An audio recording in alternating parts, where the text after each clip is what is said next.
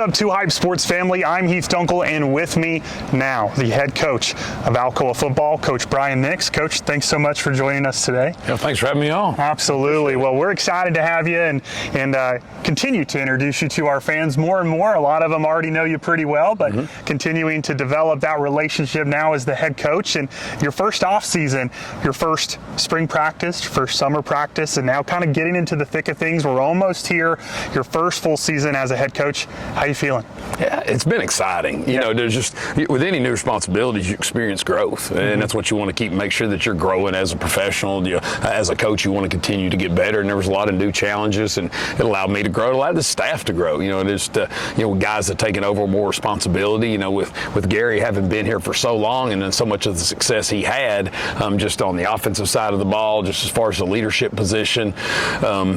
Just like I said, a time of growth, and it's been really exciting. It's been fun to see the rest of our coaches, come more into a leadership role and take more of an active role in our program. So that's been exciting. Yeah, absolutely. Well, Coach, in a lot of big moments in our lives, sometimes it doesn't always hit us initially when it happens. Sometimes it's a little bit later down the road that we kind of have that moment of clarity of, man, this is it. When did it hit you that you thought to yourself, and this is my team? I don't know yet if there's ever been or if there will be any of that just one moment, because there's been, it was always a unified effort here. Gary never tried to make himself bigger than the team. As big as he was with all the wins and all the success, it was never about him. He always empowered us. Now, he was always going to be the leader. He was always going to be the one setting the agenda, and I feel like that's my responsibility now. But he always, it's part of my job is to empower everybody else, so I never feel that weight on me. I think sometimes if you feel all that weight on you, then you've probably not done a good enough job of empowering the people around you. Now, the first spring practice, that was big. That I blow the whistle. That Gary wasn't here. The first scrimmage at Powell, that was big. Getting on the bus last week to getting off at McCallie, that's the first time that Powell, going over there talking with Matt. He and I played together in college, so I've known him. But as far as going down to McCallie, I know Ralph Potter, but talking to him before and kind of being in that head coach role, that's the first time that I've not warmed up our team at Alcoa. So Jake Warwick was out. I've been at Alcoa. This will be my 20th season. So for 19 years before every, I don't know what 19 times 15 is, boys, but that's a lot of games where I've been the guy in that end zone blowing the whistle, doing all the pregame warm up, getting them excited. So that's the first time that Alcoa's taken the field for anything football wise, because we didn't do that. I did the warm up in the spring because Jake was out there coaching baseball, and so that was the first time. So that was a big moment for me. I just heard them down there doing it, and having not done that, I always haven't done that for a while. So well, and an exciting opportunity, and Coach, you kind of said it best, but I think a lot of times the sign of a great leader is the ability to delegate and being able to allow others to grow and to rise with you. And so that's awesome that that's happening. And I'd ask you next what the biggest adjustment is, but I think you answered that question for me, just kind of continuing to develop in those areas and finding things that you are used to that now is someone else's responsibility.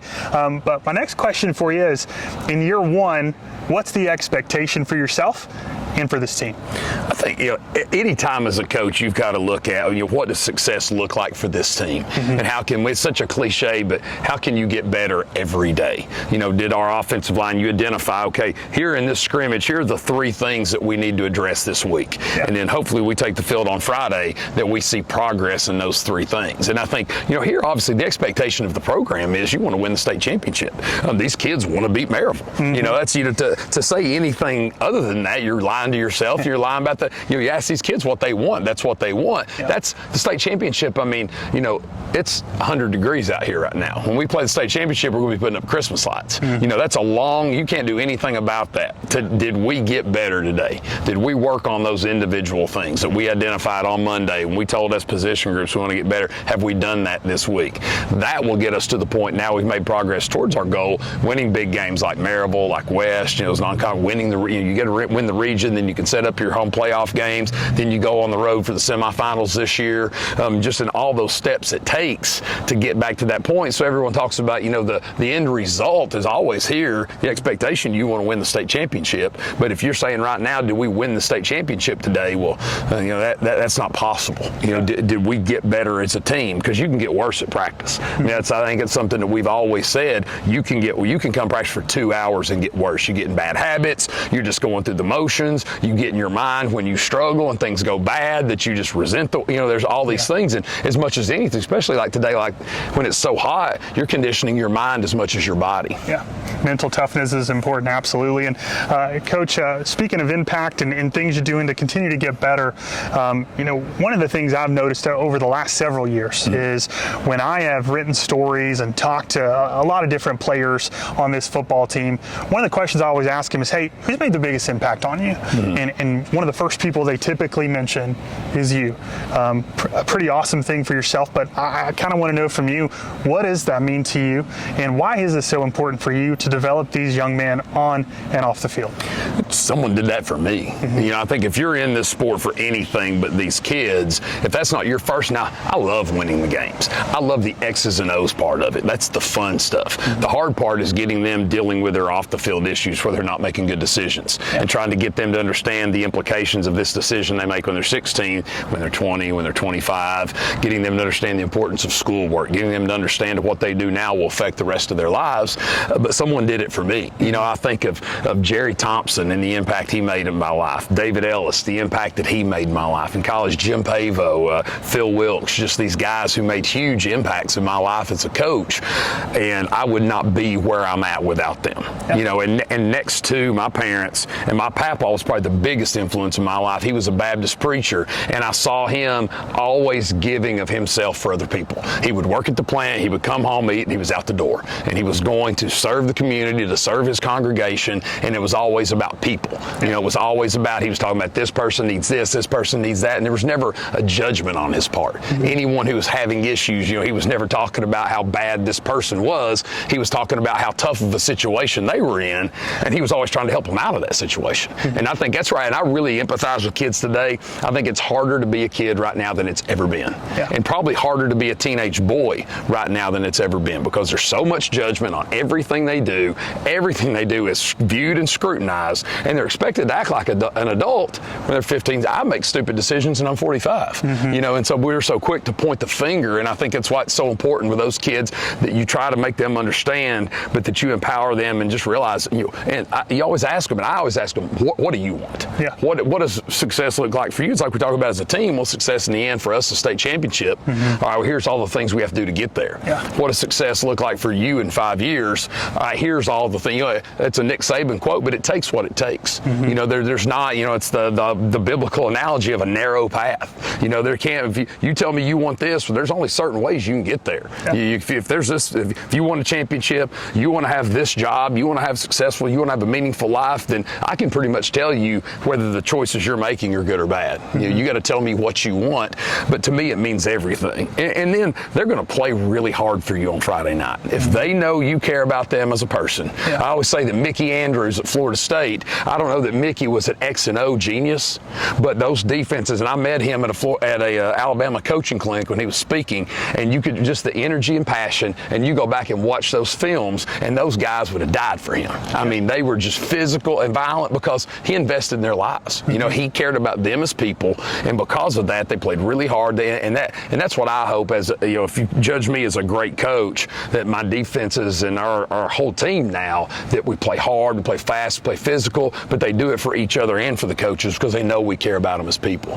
That it's a way. This is very insignificant. This game is very insignificant. One, it's not always about exactly what you do, but the impact you make on those around you, and I think that's so important. And sometimes being a teacher or being a coach is not always, you don't always necessarily get the praise you deserve, but I think those players, like you said, they're going to fight for you when you fight for them and you invest in them, and we certainly appreciate you doing that, Coach. And we're super excited for the season, and I know our fans and us as well are ready to go. It's almost here, but one final question for you, and we'll make this one a fun one. What is one fun fact about you that our fans may not know?